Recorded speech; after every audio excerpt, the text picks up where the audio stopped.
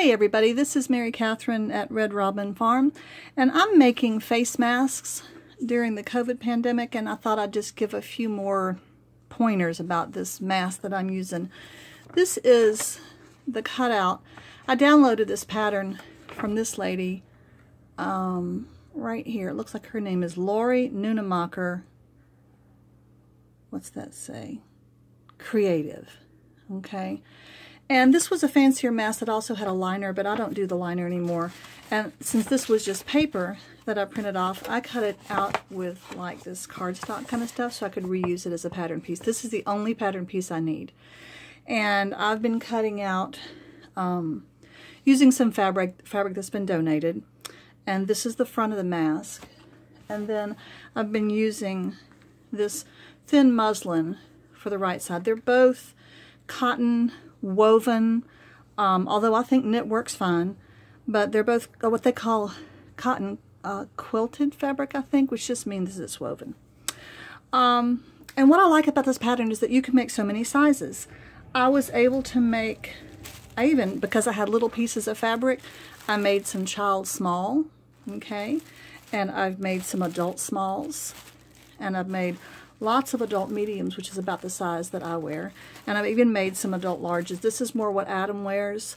This pattern would be so easy to adjust to make it, to make the masks longer, deeper this way to cover more chin. If you wanted to make an adult mask for men with beards, all you would need to do was just extend this part of the pattern down more when you're cutting it.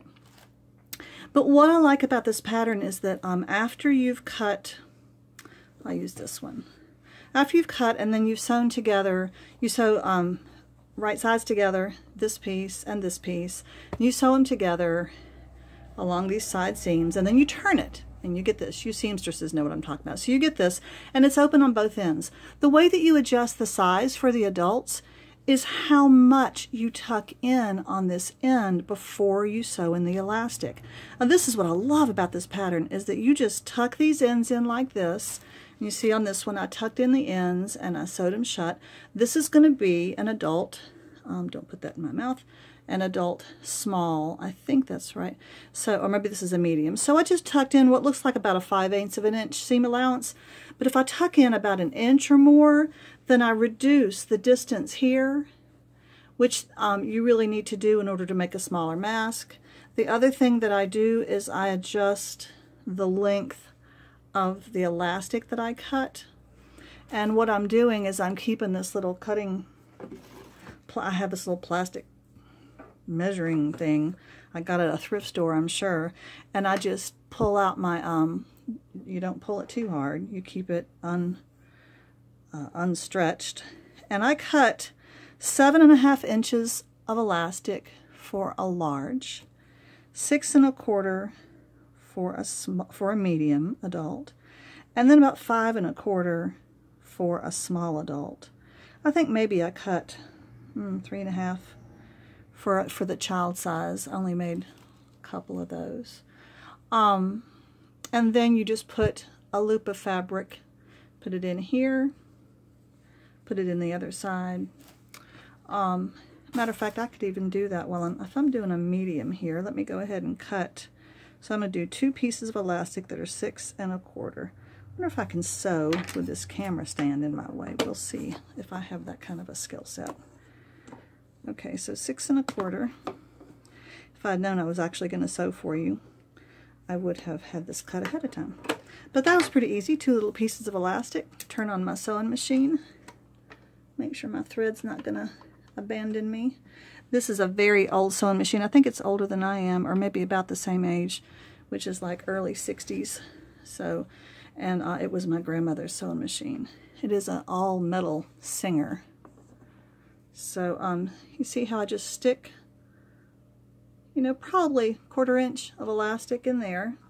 And what I'm going to do is I'm going to do a topping stitch all the way around this mask. And it'll help it to lay flatter. Sometimes you see people's masks who are kind of puffy, and that's because they don't have this top stitch around the edge. So I'll do a little bit there, shove it to get it going.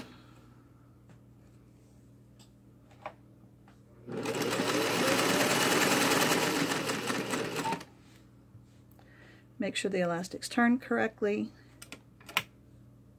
Stick it in the other side. Usually before you get quite that close.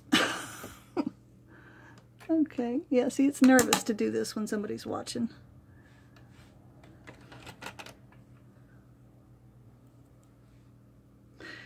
I may cut this short, or I may just let everybody see what a bad job I'm doing.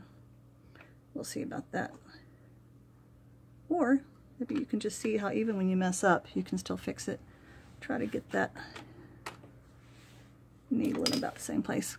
Usually I don't make that kind of mistake. I probably shouldn't be sewing with my scissors right there either. Just rotate. And you want to make sure that you really get this point here. This is the only place you have to be careful, because this is where the mask widens around the chin, and you want to make sure you really utilize all that fabric.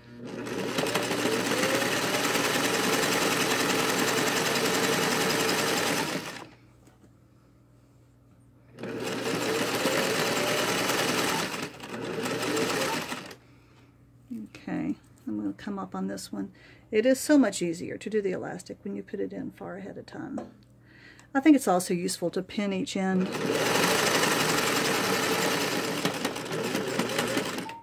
And I'm doing this top stitch, oh, I don't know, maybe 1/8 of an inch from the edge. I just want to make sure I catch everything. But it's more than just decorative. I really think it helps it to work better. And in case you can't tell, I don't sew that often. I sew out of necessity on occasion. So I'm not much of a seamstress, although I have been sewing since I was about 12. And again, really pinch this open. Make sure you get that point. Try to keep the lining fabric underneath. I apologize for the clunky old sound and the squeakiness of my machine. It is needs to be cleaned, I'm sure. It's in rough shape, but it does the job.